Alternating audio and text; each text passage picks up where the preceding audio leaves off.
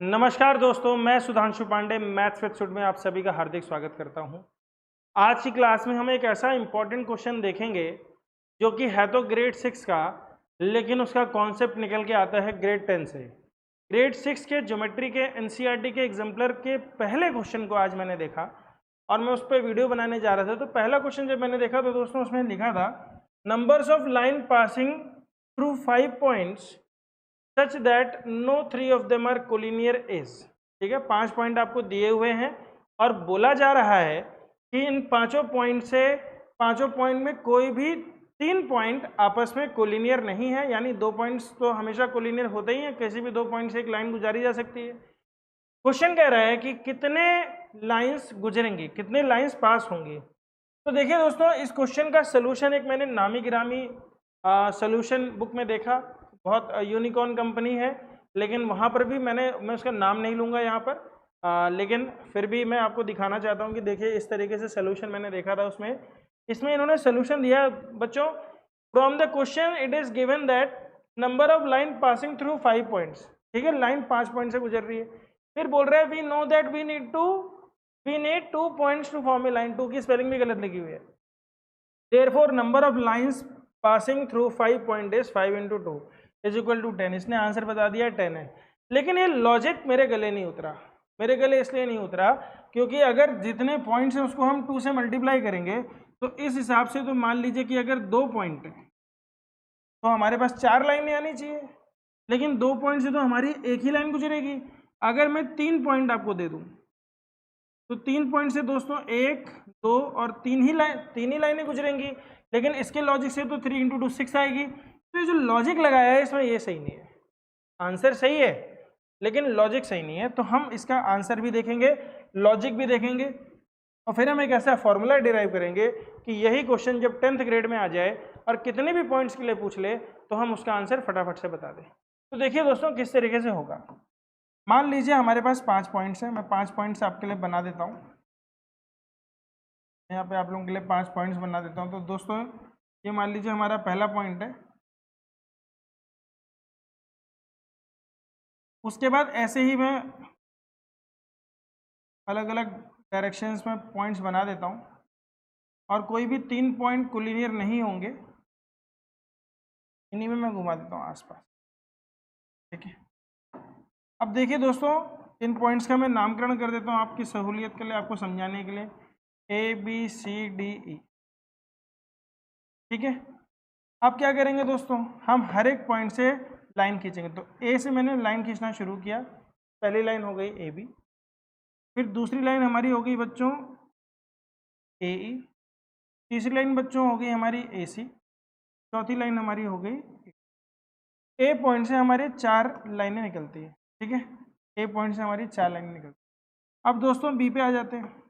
तो B से हमने A पे तो हो चुका है ऑलरेडी, तो B से C पे हो गया, फिर B से बच्चों हमारा D पे हो गया, फिर B से हमारा E पे हो गया। यानी पहले पॉइंट से 5 पॉइंट थे, पहले को छोड़ के 4, दूसरे पॉइंट से 3, तीसरे पॉइंट से 2। अब देखिए अभी आपको पैटर्न समझ में आने लग रहा होगा। तीसरे पॉइंट से 2, एक ये और एक ये, और लास्ट पॉइंट से एक ही लाइन बनेगी। लास्ट पॉइंट से हमारी एक ही लाइन बनेगी और वो लाइन हमारी ये होगी। तो दोस्तों अगर हम लाइन टोटल काउंट करें तो देखिए ये हमारी 1 है, मैं कटिंग कर देता हूँ, 2, 3, 4, फिर 5, 6, 7, 8, 9, 10, टोटल 10 लाइनें बन के आई हैं। तो आंसर तो 10 आ जाएगा। लेकिन अगर इसी में 5 लाइंस की जगह पे, 5 पॉइंट्स की जगह पे बोल देता 48 पॉइंट्स, क्वेश्चन बढ़ा देता, 20 पॉइंट है। और ये सवाल 6th का नहीं है, 6th में आ गया है वो अलग बात है, पर 6th का नहीं है, ये सवाल है 10th का, क्योंकि इसमें कॉन्सेप्ट छुपा हुआ है अरिथमेटिक प्रोग्रेशन का। ये बात मुझे इस सवाल को करते समय पता चली जब मैंने खुद ये सवाल क्रिएट किया। आज तक मैंने ऐसा सवाल नहीं देखा, अब मैंने खुद एक सवाल क्रिएट किया है। तो आइए दोस्तों हम इस सवाल को थोड़ा डेप्थ में जानते हैं। तो अगर सबसे पहले शुरुआत करी जाएगी तो हमारे पास 2 पॉइंट होंगे, स्टार्टिंग ही इसकी 2 से होगी। तो जब हमारे पास 2 पॉइंट्स होंगे, मैं यहाँ पे लिख देता हूँ, यहाँ पे टेबल बना देता हूँ आप लोगों के आगे, ठीक है। तो दोस्तों मान लीजिए सीरियल नंबर है, ये सीरियल नंबर है और ये नंबर ऑफ पॉइंट्स है, नंबर ऑफ पॉइंट्स। तो नंबर ऑफ पॉइंट्स देखिए बच्चों, जब हमारे 2 पॉइंट है, जब हमारे 2 पॉइंट है तो नंबर ऑफ लाइंस कितनी होती है। यहाँ पे मैं टेबल बना देता हूँ, number of lines, number of lines, number of lines देखिए बच्चों हमारी सिर्फ एक लाइन बनेगी।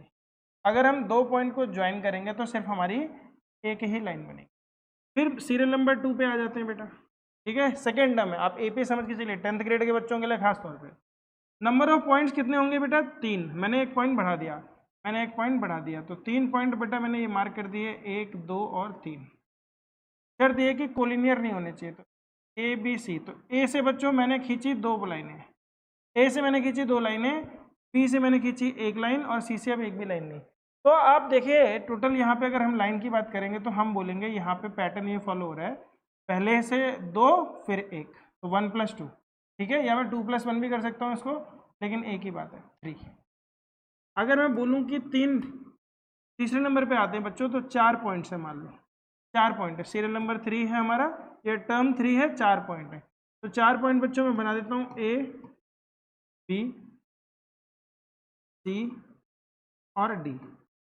देखिए ए से 3 लाइनें हो जाएंगी, A B A C A D, तो यानी 4 पॉइंट हो रहे हैं, तो 3 लाइनें खिंच रही हैं पहले वाले टर्म से, दूसरे वाले टर्म से उससे 1 लाइन कम खिंच रही है, 1 2, और उसके अगले वाले टर्म से उससे भी 1 लाइन कम खिंच रही है। तो टोटल अगर हम यहाँ पे बात करें तो दोस्तों कितनी हो गई, तो हम बोलेंगे सबसे पहले वाले से हमने खींची थी 3 लाइनें।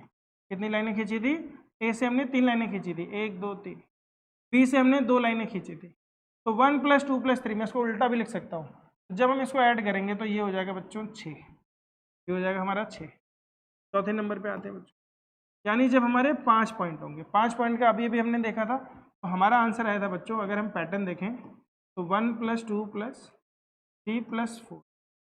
और अब आपको समझ में आ रहा होगा, आपके चेहरे पे मंद मंद मुस्कान आ गई होगी, आपको लग रहा होगा कि सर इसमें तो कुछ एक नई चीज़ निकल के आ गई, कुछ नई चीज़ निकल के आई है। दोस्तों क्या निकल के आया है, sum of first n terms of AP निकल के आया है। अगर मैं आपसे बोलूं कि किसी भी एपी में अगर पहला टर्म ए है, ठीक है, अगर हमारा फर्स्ट टर्म ए है और लास्ट टर्म बच्चों हमारा एल है, या फिर हम बोल देते हैं ए एन टर्म हमारा क्या है, nth टर्म हमारा एन है, कॉमन डिफरेंस बच्चों डी है। कॉमन डिफरेंस का वैसे खेल ही नहीं है यहाँ पे, और डी की वैल्यू क्योंकि इसमें क्या है 1 है, डी की वैल्यू क्या है 1 है। आप देखिए यही पैटर्न बन रहा है। तो अगर मुझसे कोई पूछे कि मान लो हमारे पास 48 पॉइंट्स है, हमारे पास कितने हैं 48 पॉइंट्स है, तो मैं बोलूंगा पहला पॉइंट छोड़ के दूसरे पॉइंट से 47 लाइनें खींची जाएंगी। यहाँ पे आप देखिए, जब 4 था तो शुरुआत 3 से हुई है, जब 3 था तो शुरुआत 2 से हुई, जब 2 था तो शुरुआत 1 से हुई है। तो आप उल्टा ऐड करना शुरू करिए, तो हम बोलेंगे कि टोटल नंबर ऑफ टर्म्स कितने हो गए 47, क्योंकि पहला पॉइंट तो किसी काम का नहीं है, पॉइंट बनना ही दूसरे से शुरू होगा। तो दूसरे पॉइंट से जब हम बनाना शुरू करेंगे, पहले पॉइंट से बनाना शुरू करेंगे तो खुद को तो काउंट करेगा नहीं, वो तो आउट हो गया 48 में से। तो 48 में से जब पहला पॉइंट हमारा आउट हो गया तो हमारे पास बचे कितने दोस्तों 47 पॉइंट्स। 47 पॉइंट्स बचे, यानी ये 47 तक खींच देगा। फिर सेकंड वाला पॉइंट जो है वो एक तो खींच चुका होगा, तो वो 46 खींचेगा। यानी कहने का मतलब सम ऑफ फर्स्ट 47 टर्म्स। तो हमारा आंसर आएगा 47/2। अगर मैं पूछूं आपसे SN का फॉर्मूला क्या होता है, आप लोगों को याद होगा, चैप्टर नंबर 5 मैंने पढ़ाया है, हमारा फॉर्मूला होता है n/2 ब्रैकेट में n+1। तो यहाँ पे 47 हो गया, तो हमारा आंसर आ जाएगा बच्चों 47/2 इंटू 1 + 47। तो 47 + 1 कितना हो जाएगा दोस्तों 48, और 48/2 हो जाएगा 24। तो हमारा आंसर आएगा 47 × 24, 47 × 24। 4 7 जा 28, 4 4 जा 16 + 2 18, 2 7 जा 14, 2 4 जा 8 + 1 9।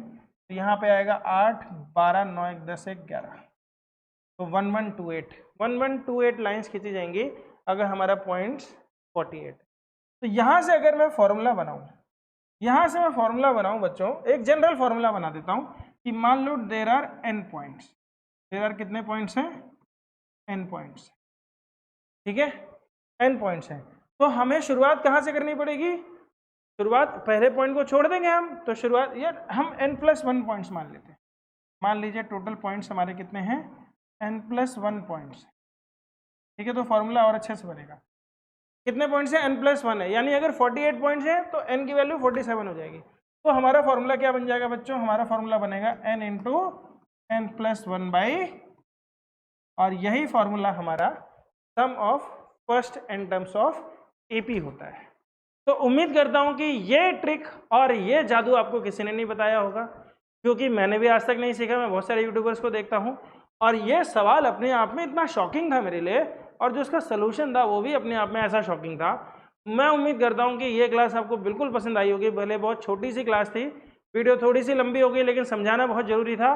कॉन्सेप्ट इज पावर, कॉन्सेप्ट जानना बहुत ज़रूरी है। तो आई होप आपको कॉन्सेप्ट समझ में आ गया। अभी कितने भी क्वेश्चन आ जाएँ, कितने भी पॉइंट्स आ जाएं, आप इस तरीके का सवाल आएगा तो आप इसको कर लोगे, ठीक है। इस क्लास को मैं यहीं ख़त्म करता हूँ। Thank you. जय हिंद, जय भारत दोस्तों, जय हिंद।